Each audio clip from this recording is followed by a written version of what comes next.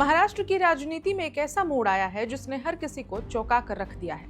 अजीत पवार की अचानक plane crash में मृत्यु के बाद उनकी पत्नी सुनेत्रा पवार को न सिर्फ फ्रंट फुट पर राजनीति में लाया गया, बल्कि 13वीं से पहले ही उन्हें महाराष्ट्र की उप मुख्यमंत्री बना दिया गया।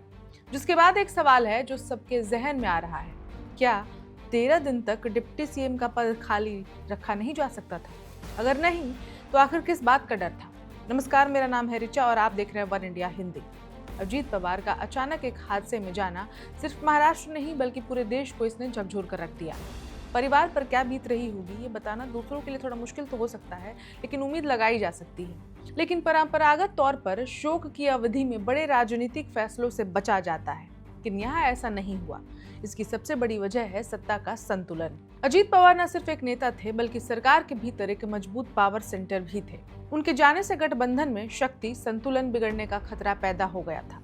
अगर 13 दिन तक पद खाली रहता तो सहयोगी दलों को भीतर खाने विरोधियों को अपनी चाल चलने का मौका मिल जाता। असल डर सिर्फ प्रशासनिक नहीं बल्कि राजनीतिक टूट फूट का भी था। अजीत पवार के समर्थक विधायकों को साथ में बांधे रखना जरूरी था।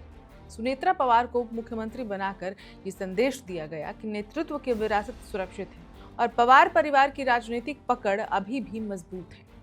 ये एक भावनात्मक के साथ साथ रणनीतिक फैसला भी था। सुनेत्रा पवार कौन सा काम संभालेंगी, ये एक बहुत जरूरी प्रश्न है जो सबके जहन में आ रहा है।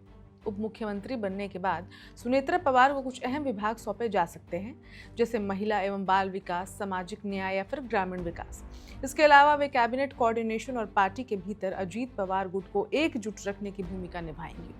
उनका सबसे बड़ा काम होगा सरकार की स्थिरता बनाए रखना और ये दिखाना कि वे सिर्फ सहानुभूति की नेता नहीं है। राजनीतिक चुनौतियां, अनुभव की कमी और विपक्ष का दबाव।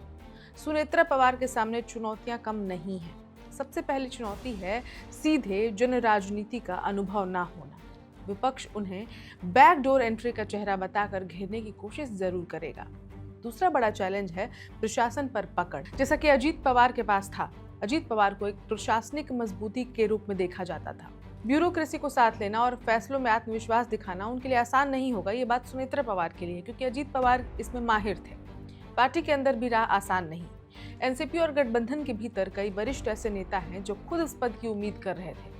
ऐसे में अंदरूनी असंतोष को संभालना सुनेत्रा पवार के लिए सबसे कठिन परीक्षा होगी। उन्हें ये साबित करना होगा कि वे सिर्फ अजीत पवार की पत्नी नहीं बल्कि एक सक्षम राजनीतिक उत्तराधिकारी भी हैं।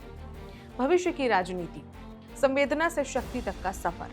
अजीत पवार की मृत्यु के बाद लिया गया ये फैसला साफ दिखाता है कि महाराष्ट्र की राजनीति में भावनाओं से ज्यादा स्थिरता और गणित अहम है। सुनेत्रा पवार का मुख्यमंत्री बनना सिर्फ एक नियुक्ति नहीं बल्कि सत्ता को संभालने की आपातकालीन रणनीति है। अब देखना ये होगा कि वे इस मौके को एक मजबूत राजनीतिक पहचान में बदल पाती हैं या दबाव में बनकर रह जाती है। इस खबर में इतना ही। अपडेट्स के लिए देखते रहें वन इंडिया हिंदी।